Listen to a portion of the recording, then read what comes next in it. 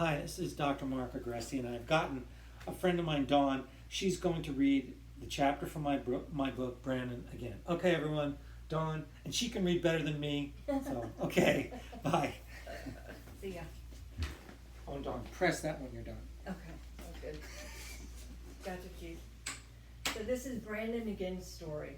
Again isn't his last name, but for reasons that will become clear, again was the word that most often followed his first name. Brandon was very athletic, and he excelled in lacrosse and basketball during his high school years. He also excelled in charm.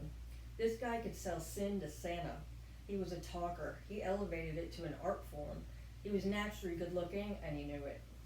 With his looks, charm, and silver tongue, he enjoyed a lot of female attention. His home life was stable, with no history of mental illness. During high school, he smoked a little weed on weekends and he drank some at parties, but he was always training for one sport or another, so that kept the partying down to a dull roar. Brandon went to college on a lacrosse scholarship. During those years, he would drink on weekends, maybe 10 or 12 drinks, but it was never a problem. Once in a while, he would take ecstasy or a Xanny bar, alprazolam, but I would not call him an addict or even substance dependent. It really wasn't his thing. So what was his thing? Fast boats and faster girls. He liked to date a lot of girls, and he loved jet skis and fast boats. That's what he was into. He loved anything on the water. So after a 4-year tour, he finished college. During school, he had held a part-time job with a credit card company, and after graduating, he moved to full-time with the company. His job was to convince people that multiple credit card debt, to consolidate that debt and transfer it to a credit card from his company. With his charm, he was very good at what he did, and over the years, he was able to stash quite a bit of cash. Not surprisingly, his gift of gab translated to a gift in business, and he always had his eye out for an opportunity. On a vacation to Costa Rica, he found one. He had wanted to rent a jet ski or a fast boat, but the only place to do that was a distant shack with questionable rentals and equally questionable business practices. Bingo, opportunity located. With a target on the booming tourism market, he ended up opening a small business in Jaco, Costa Rica, running nice jet skis and jet boats. It was basically an overnight success, and ultimately it became a cash cow. Brandon loved the beaches, the women, and the casinos in Costa Rica. Sometimes he might have loved 1 or 3 of those things a little too much, but nothing over his head. He basically spent the majority of his time in Southeast Florida, but he flew to Costa Rica once a month to visit his 3 favorite things: his cash business, the casinos, and the prostitutes that worked them. His length of stay in Costa Rica largely depended on the tables at the casinos.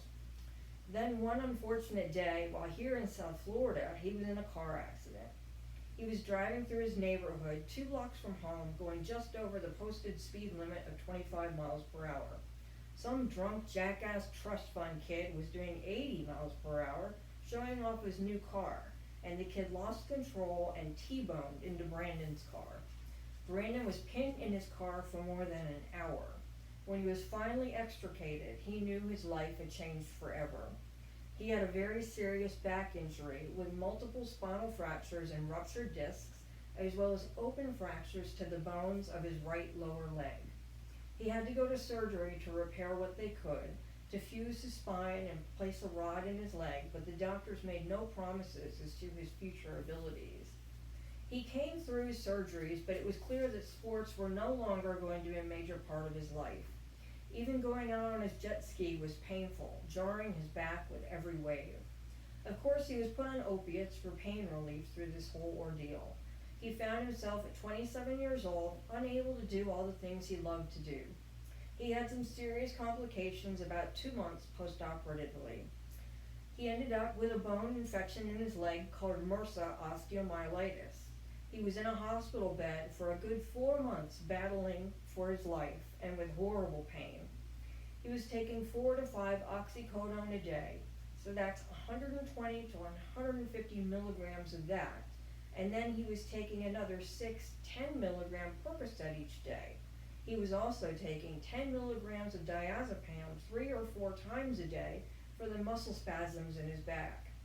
After about 4 months in the orthopedic wing of the hospital, he was discharged to a physical rehab facility to retrain his body to move again. He had hated that place. He said it smelled like a combination of poop and canned green beans. He called it God's waiting room because everyone there was very elderly. There was nobody even remotely close to his age. The manager of the place was apparently named David, so he also called the place Diaper Dave's for obvious reasons. The benefit of him hating the place was that he worked extra hard to get the hell out of there. After about 3 months, he managed to spring himself. He was definitely more capable, but still had limitations and still had a great deal of pain. He moved back to his apartment, but he still had to go back to Diaper Dave's for outpatient rehab. He did that for about 6 months. He still complained of terrible pain, and his doctors still continued to hone their prescription writing skills. He was actually now taking even higher opiate doses, and what he couldn't get from his doctors, he got on the streets. He was now taking 6 to 8 oxycodone a day, which is 180 to 240 milligrams. He was also taking 6 to 10 Percocet a day, so that's 60 to 100 milligrams there. So he was averaging 240 to 340 milligrams of total opiate per day.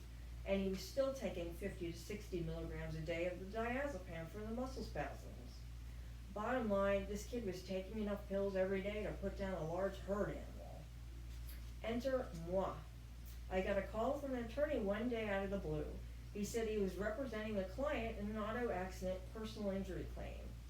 Over the time they had been retained, their client had gone steadily downhill. He said the client seemed down and was taking drugs, drinking, and was out of it most of the time. It was becoming impossible to work with him. He practically begged me to see him. I agreed and told him to send me any information they had about him and to bring him in. When his attorney dragged him in, Brandon looked like a total mess. He was gaunt, pale, and his hair looked like it needed to be crop dusted. He was wearing a rumpled pair of jeans, a dirty gray sweatshirt, and an old pair of torn-up sneakers. He smelled of booze and cigarettes. He sat in one of the chairs and proceeded to nod out while I spoke with his attorney about his history. I eventually roused him so we could try to talk. Once that was accomplished, I asked him how he was doing. Even in his state, he looked at me with this sloppy, drunken half smile and gave me 2 thumbs up. I couldn't help but laugh, which made him laugh. Right away, I developed a good rapport with Brandon. When he finally used his words, they were slurred. He said he wasn't doing really well. Thank you, Captain Obvious. As I prodded him, he eventually said, I'm depressed, and I'm in pain all the time. When I asked if he was in pain right then, he said, yup, all the time. This was a kid that was so up to his eyeballs in opiates that he was barely conscious. I knew I could help him, and I told his attorney so. You could see the relief on the attorney's face as I restored his hope in the case. Brandon proceeded to slur to tell me how he needed something for his pain. As best I could, I confirmed with him how much opiate he was taking, or at least how much he would admit to taking, as well as how much diazepam he was using. When I asked about his social habits, he said he drank, smoked some weed, and smoked cigarettes as well. This kid was a walking cocktail. I wondered to myself how much time was left in a day after the spent time taking the pills, drinking, and smoking the weed, so I asked him how he spent his time. Predictably, he spent most of it at his apartment watching Netflix, YouTube, surfing the web, playing his video games, and eating a lot of junk food. He did all those things with a cigarette hanging out of his mouth. I tried to impress upon him how bad smoking was for his healing process. It had been about 13 months since the accident. That may sound like a long time, but with all the complications from the MRSA bone infection he was really still healing. The pain pills, the weed, the booze, the stasis, and the cigarettes created a perfect storm just waiting to happen. When I told him there needed to be changes made, Brandon said, but I need these pain meds, and I need to take the diazepam. I need them all. We had spent a lot of time in this appointment, but I wanted to talk to him when he wasn't completely gorked out of his mind. So I asked if he would come back the next day to see me, but only if he could nix the alcohol and keep the opiates to a minimum so that we could have a real conversation. Brandon and his attorney agreed. I gave them both my cell number in case they needed me overnight. We would see where we were tomorrow.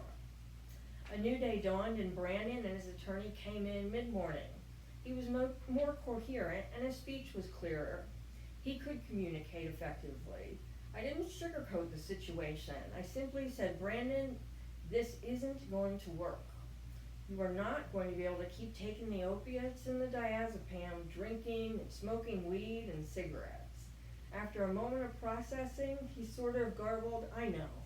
I'm really, really depressed. See, I think I have to stop.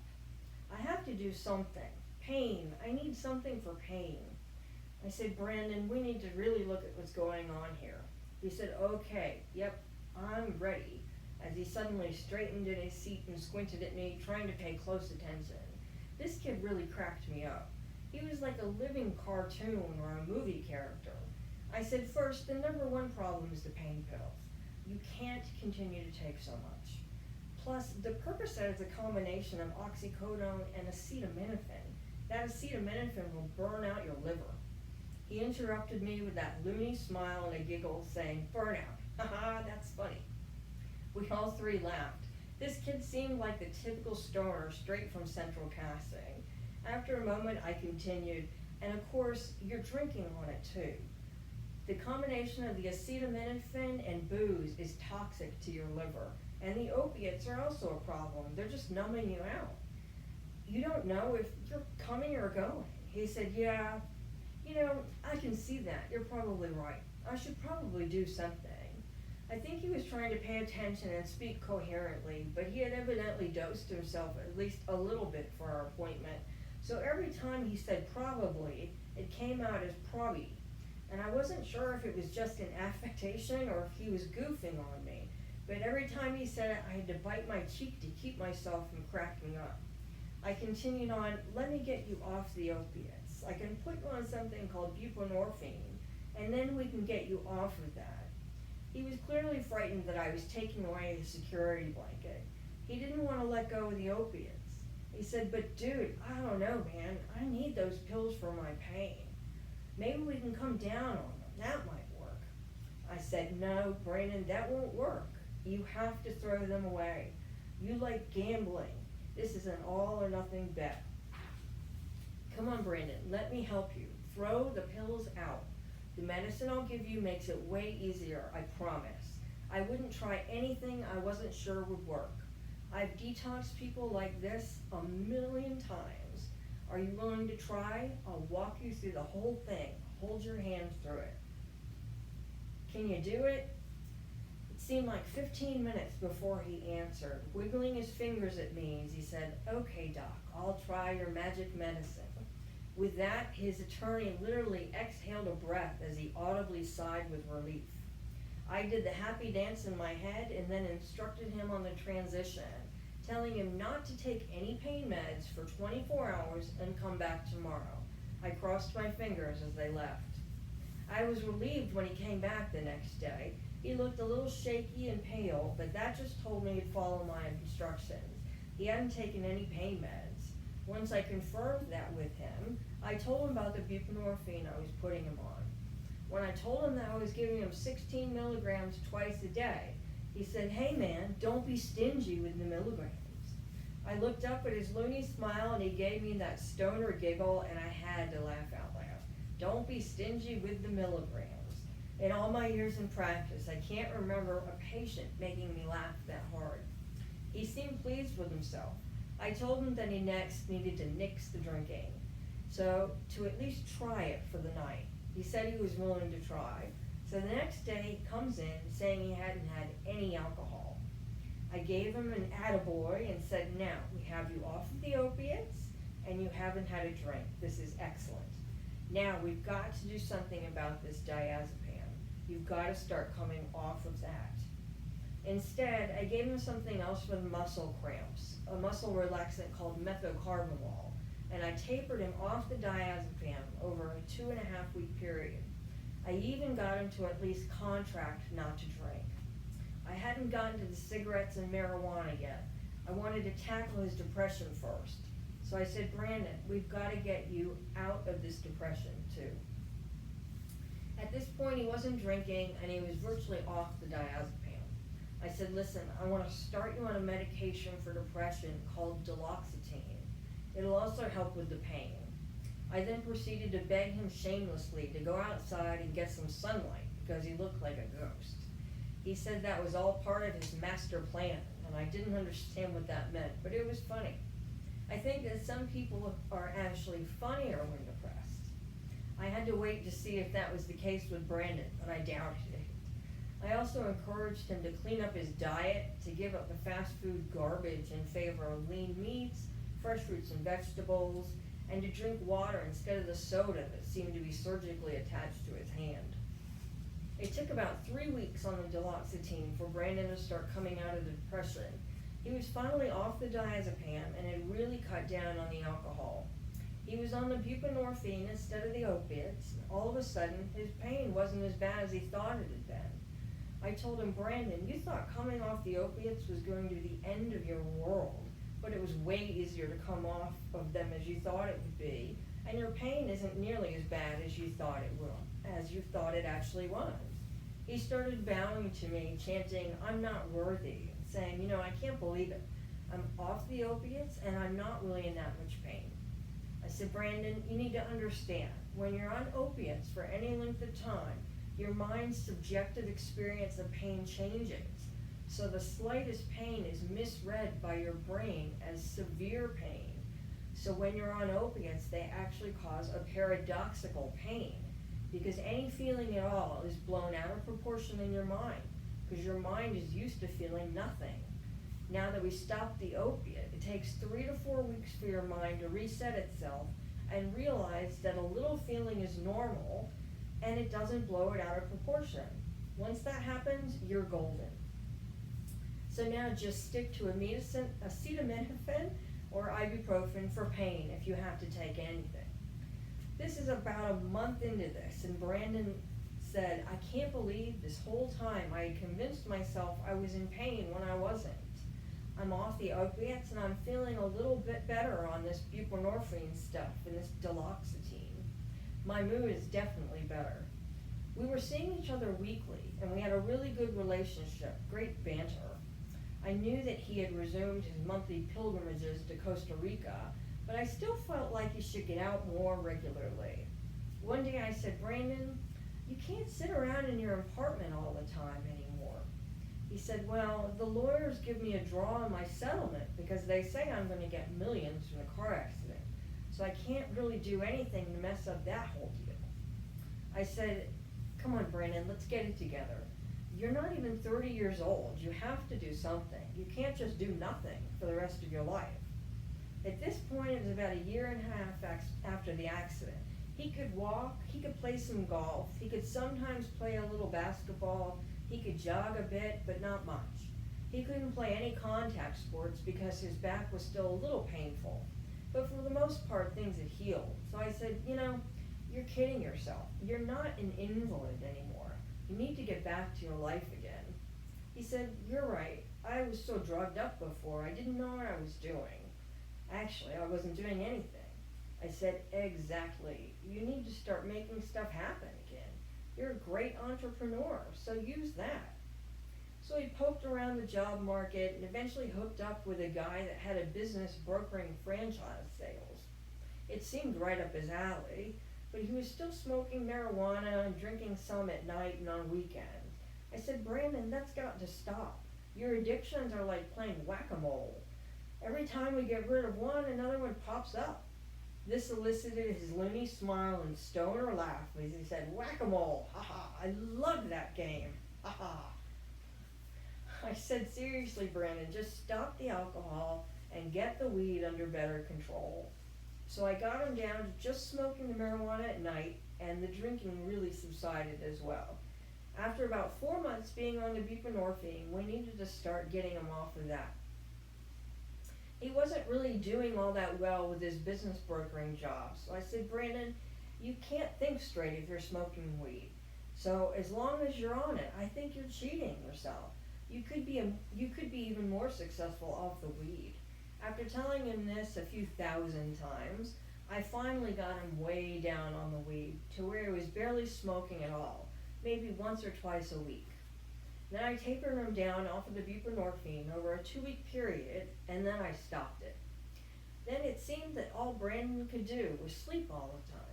He was pretty much off all drugs of abuse except for a little marijuana, but he just started sleeping all the time. And I said, Brandon, you're literally addicted to sleeping now. He had lost his job as a business broker because he could never sell a business. I said, Brandon, what's with you? You're just escaping now by sleeping all the time, just like you escaped with drugs before. Listen, I'm going to give you some help. I'm going to give you something called modafinil. This medicine blocks the craving for opiates, it stimulates you, and it's not addicting. So I gave him 200 milligrams a day, and the next week he came back saying, this is the best stuff that's ever been made. I love it. I could take this stuff, I could take on the world with this stuff. Can you give me more? Like maybe double it? I said, Brandon, what on earth? You're such an addict. No, Brandon, I'm not going to give you a higher dose. You said yourself that it works great at this dose. You're such a wacko. This elicited his many stoner giggles. Brandon said, I just figured if some was good, more would be better. You just couldn't get mad at this goof, though. He was a dyed-in-the-wool addict. I think Brandon could get addicted to breathing oxygen. At any rate, after 4 months of sleeping, I finally had him awake and dressed every day. Then, lo and behold, he managed to get a job managing a car wash. It wasn't just an easy-peasy job because the place was more than a car wash. It also had auto detailing, it had a store, a gas station, and a little mini restaurant. So managing it was a pretty big job for Brandon. Within a year, Brandon had gotten over the opiate addiction, over the marijuana addiction, over the alcohol addiction, and over his sleep addiction. Now, thanks to the new drug modafinil I gave him, he was working all the time. He started missing some sessions, calling my secretaries to move appointments at the last minute. When he next showed up, I asked him, Brandon, what gives? You missed yet another appointment. What's up?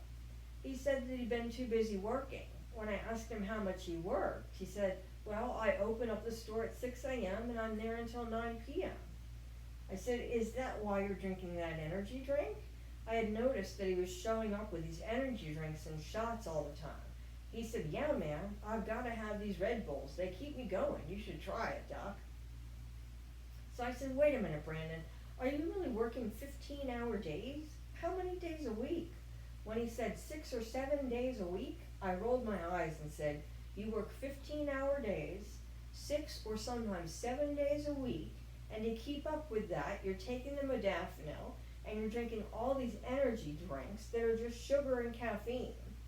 At this point, he wasn't drinking alcohol, wasn't using opiates, and wasn't using marijuana.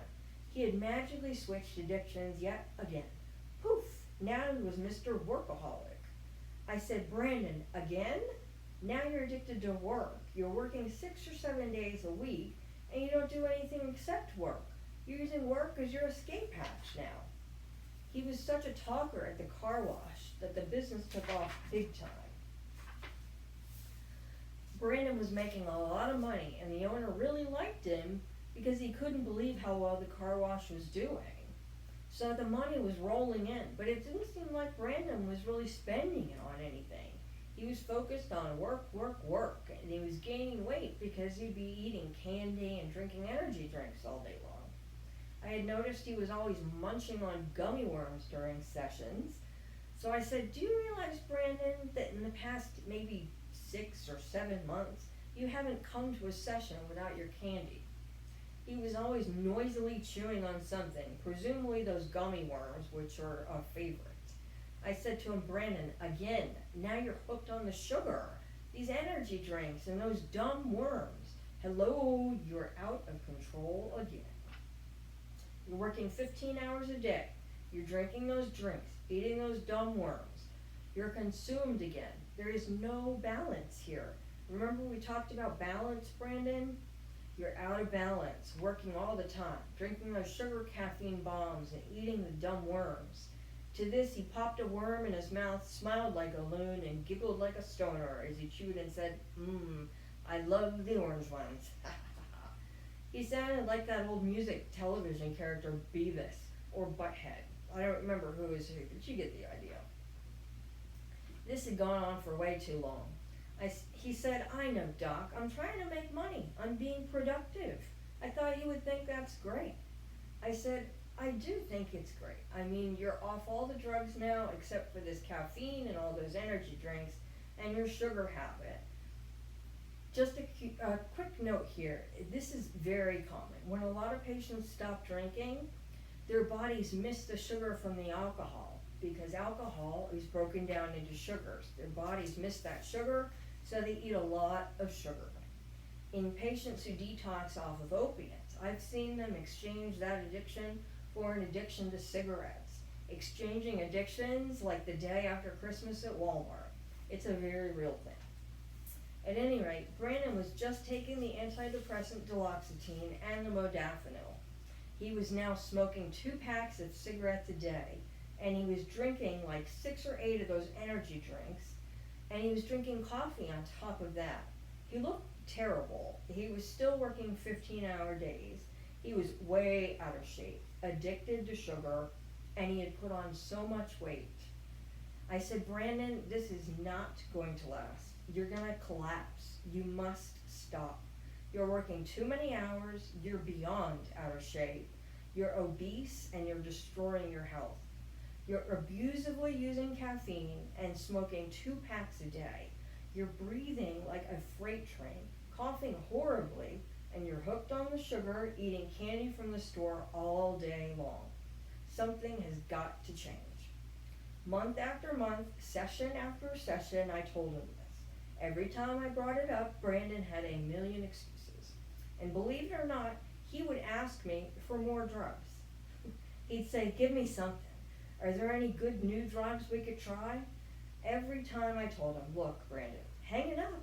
I'm not going to give you more drugs. You're good on what you're taking. You're balanced on what you're taking.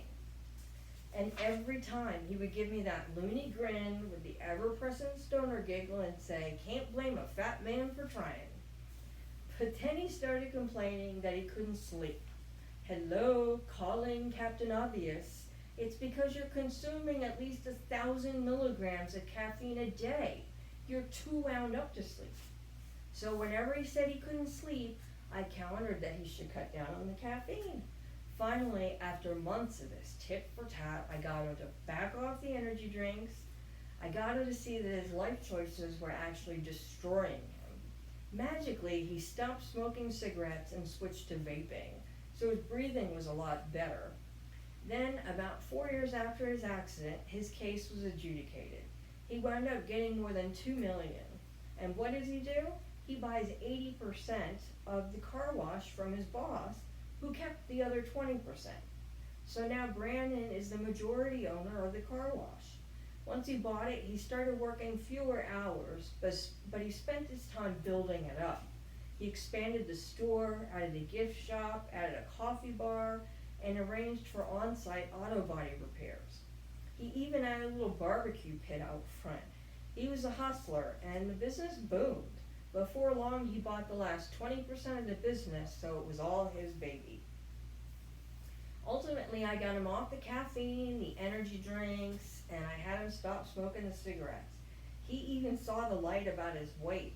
He stopped the sugar, changed his diet, and started going to the gym. He started coming in telling me he was going to the gym for an hour each day. But then it was 2 hours, then 3 hours a day. I was concerned, so I said, hey, Brandon, your back's going to become a problem with all this working out. I don't want you to get hurt again. He was working with a trainer, using the elliptical, the treadmill, and lifting weights. He really cut down on the vape and totally changed his diet, eating every 3 hours. Now he was always coming in the office with a Tupper container full of brown rice. He would tell me, my body is a temple. And I started really noticing him. I said, your body is a temple, but you're really getting pumped up. I'm noticing your arms and your traps and your neck. You're really building a lot of muscle. He said, "Come on, Doc, I thought you wanted me to work out." I said, "Who do you think you're kidding? Brandon, again, here we go again. I can tell you're using steroids." He shrugged and said, "Well, maybe a little." He was also using all sorts of supplements, muscle-enhancing powders, and amino acids. That's all he would talk about, working out, his regimen, and what he was taking. I said, "Brandon, again, we're right back to addiction, not only to the working out, but now to the steroids." He said, "They make me feel great. Do you have a problem with me feeling good?" I said, "Brandon, are you kidding? That's the stupidest question you have ever asked. I'm looking out for you. The steroids are going to destroy your body. Your kidneys, your heart, your bones, your hips, they're all going to be affected.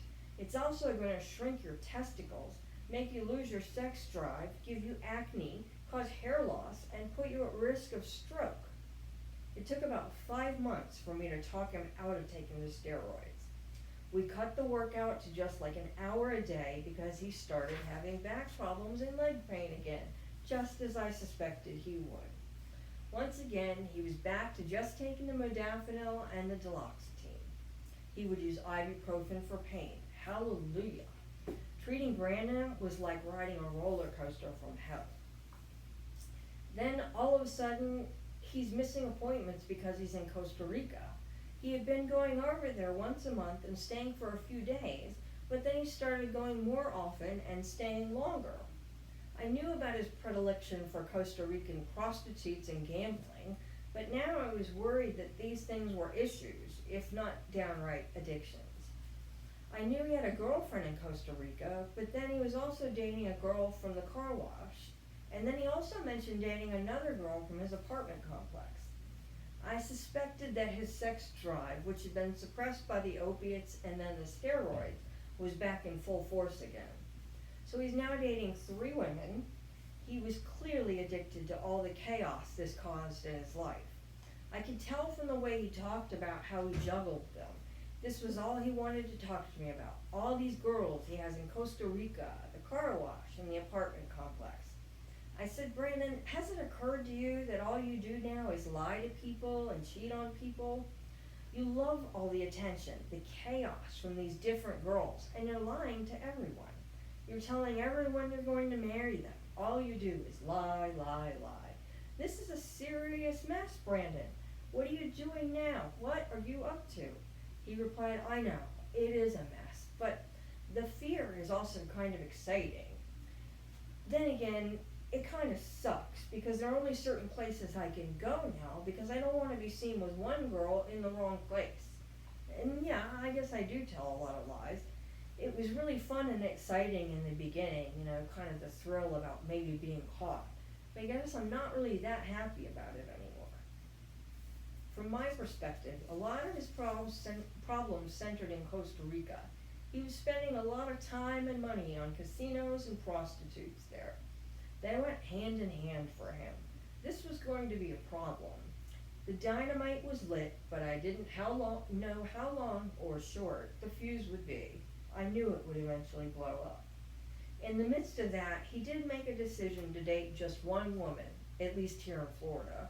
In Costa Rica, all bets were off when it came to prostitutes, but ironically, all bets were on in the casinos there. Brandon isn't dumb, so finally, eventually, after me shoving it down his throat for long enough, he settled down with one girl. Apparently the winner was apartment complex girl. That's what Brandon had always called her in our sessions. It turns out that her name was Bridget. So we had it down to one girl, thank God. She actually seemed to bring some stability into his life. So eventually Bridget started coming with Brandon to a few sessions. They had each agreed that I could discuss details with the other. What Bridget said one day was quite the eye-opener. It seemed her friend Brandon still had some secrets. She said that he was doing a lot of gambling. Matter of fact, all the money he made in Costa Rica with his successful jet ski boat rental business was routinely gambled away. Not only that, but a big chunk of his lawsuit settlement was also given to the casino. It came to hundreds of thousands of dollars. When I next saw him alone, I said, "You're busted. Bridget told me that you've been doing a lot of gambling, so what's up with that?" He said, "Well, it was all fine until I started internet gambling. Internet gambling feels like it's free because you're not actually pulling money out of your pocket, so it's very seductive. It drives me crazy because the more I lose, the more I want to gamble to try to make it up. So I do that every night, and I'm not very good. I think it might be rigged. I'm losing an average of like $500 a night." Then he said that when he goes to Costa Rica, he'll drop at least $5,000 a trip. $5,000 a trip. It all adds up very quickly. Ultimately, Brandon was glad that Bridget had ratted him out because he had wanted to tell me about the gambling for the longest time, but he hadn't been able to. He said to me, "I'm totally out of control with the gambling now." I said, "Really, Brandon, again, you've traded addictions and lost your balance again. You have to back off this gambling." We had to revisit this topic many, many times. It took months of him making excuses to gamble and me reminding him of the devastation of his gambling for him to see the light. After my reminding him multiple times of the more than $400,000 he had lost, he finally stopped gambling online. I was back to being his biggest cheerleader. I said, "Okay, Brandon, you're doing great. You're working normal hours at the car wash. You're managing your jet ski business in Costa Rica, and you're making good money. You wasted a lot of money gambling, but if you stay away from gambling, you can regain your previous bank balance. Now you just need to focus on your business, your health, your well-being, your personal growth, and your happiness. Make those your priorities." It seemed like he was doing well, but with time I started noticing that he always came to sessions with Bridget. He never came without her anymore. This relationship that I had encouraged sort of became another addiction. They were never apart. I mean, never. Brandon maybe left her 2 hours a day to go to the car wash and check on things, but he was always with Bridget. They were never separated, and it got to be too much. They were always together, always coming to our sessions together, and finally one day I just had to say, "Okay, Brandon, you need to come to your sessions alone." So he came to the next session alone. I said, "Brandon, you're always with Bridget. You never leave her side. Brandon, again? Is your life out of balance here? Is she the new addiction? I mean, I get it. It's a good relationship, but you're smothering her. If you keep it up, she won't stick around. You never leave her side. So think about it. Is your life out of balance? I mean, I get it. But if you want to keep her, you have to stop smothering her." I rolled my eyes as he told me that he went with her when she got her nails done, and he went with her when she went grocery shopping. I asked him if he went with her when she went to the bathroom. He gave that loony grin and stoner giggle but never answered. Seriously.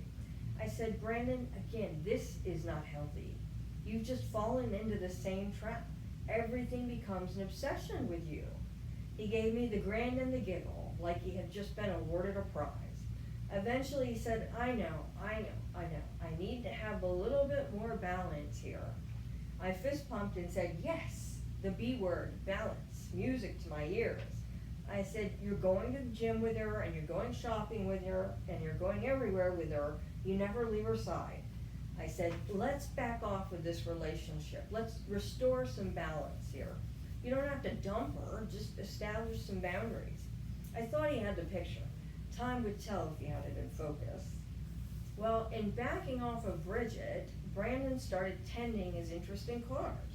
He had always been interested in them, and he saw a lot of them at the car wash, but typical Brandon, before long he started buying cars.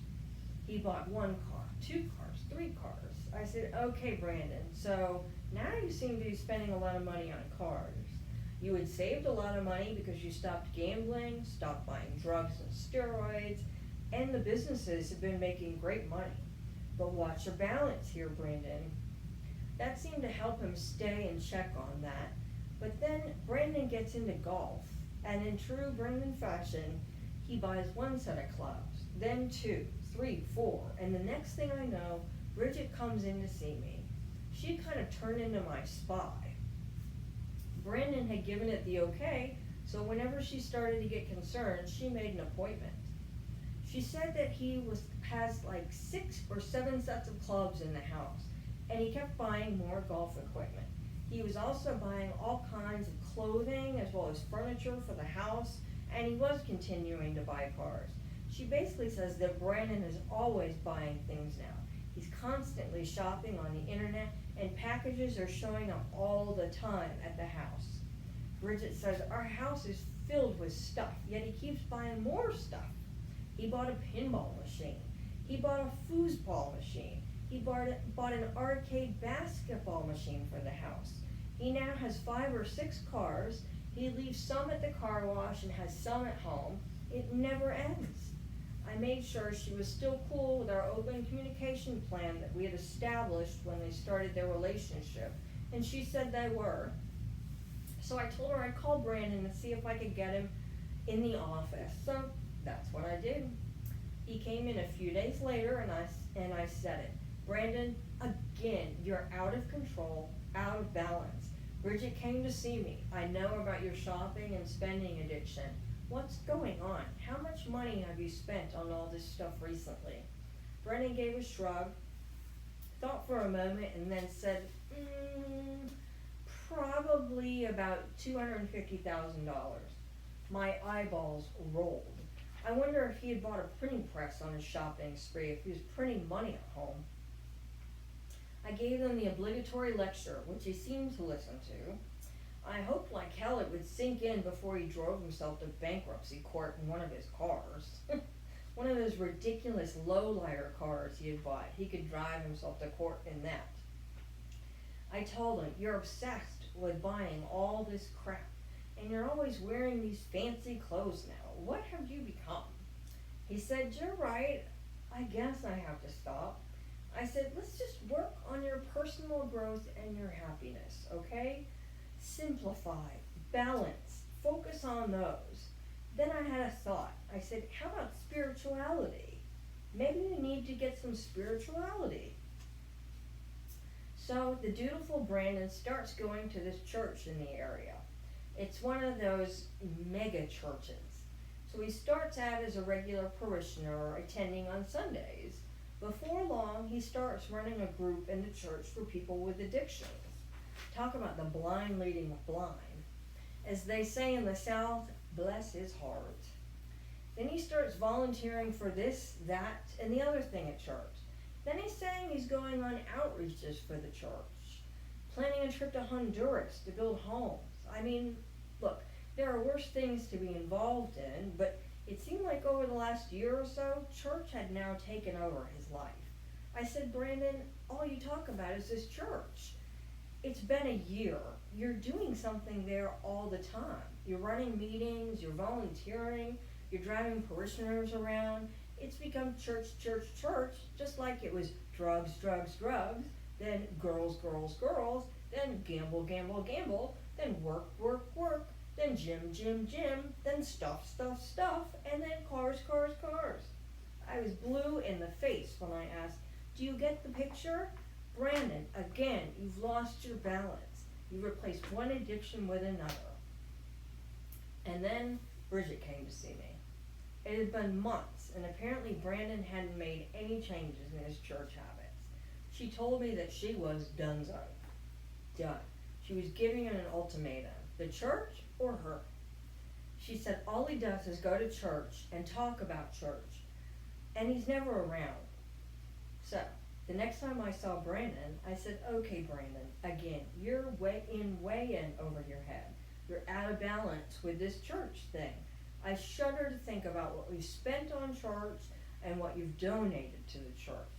I'm sure it's cost you, but it's about to cost you your relationship with Bridget. Is that too high a price to pay? Have we finally reached a limit with you that you're not willing to cross? It's not healthy, and it doesn't seem spiritual for you. It seems like just another place to hide. If you wanted to go once a week, that might be fine, but I'm not sure you're capable of setting a limit and sticking to it. Does that resonate with you? He said that he supposed it did. supposed, oh brother. It took months to get him off the church craze. One day I said, Brandon, you're like a balloon. Every time I squeeze you in one place, you pop out somewhere else. He said, I know, I just need to live a balanced life. It sounded like he was parroting everything I'd said. So I said, yes, everything has to be done in moderation. Instead, you focus on one thing, get obsessed, then addicted to it, and then when confronted, you switch addictions. And finally, we got to the point where we would talk about his activities and would set limits, and if those limits were being crossed, we could catch it before it got out of hand. That was our great white hope, anyway. He'd managed to keep his relationship with Bridget, and it seemed like things were going well for a while. Then they weren't. Somehow, he became addicted to having sex all the time with Bridget. That's pretty unusual in a relationship that's not very new, but here he was wanting sex 3 or 4 times a day. The three of us, Brandon, Bridget, and I, managed to work that out before it caused a major problem in their relationship. But it was just another example of how Brandon would switch addictions. We finally got Brandon to the point where he was just working, he was having a relationship with his girlfriend Bridget, he was going to church once a week, he was working out in a reasonable way, he was not drinking and was not drugging. Eventually, Brandon and Bridget married and had 2 daughters. I still see Brandon regularly, and he keeps me on my toes. I have to be ever vigilant for warning signs that might point to an obsession which could progress to addiction, where it becomes something done so much that it interferes with the rest of life activities. That's the best working definition of addiction I've found. But Brandon just couldn't ever manage to stay out of those traps. To this day, I think he holds the record for a serial addict, but I try to keep him out of trouble. Don't misunderstand me, I don't blame him. He really got into this whole mess because of the accident. But then it was just the nature of his personality to do things in an addictive way. We have a very good relationship, and we kid around a lot, but in a constructive way, not a destructive way. He still has the ability to crack me up with that loony grin and stoner giggle. He's happily married, and he dotes on his 2 girls. Whether that will stay within reason remains to be seen. For now, he's doing well. Today, Brandon again has balance in his life. And that is the end of Brandon again. Thanks for listening.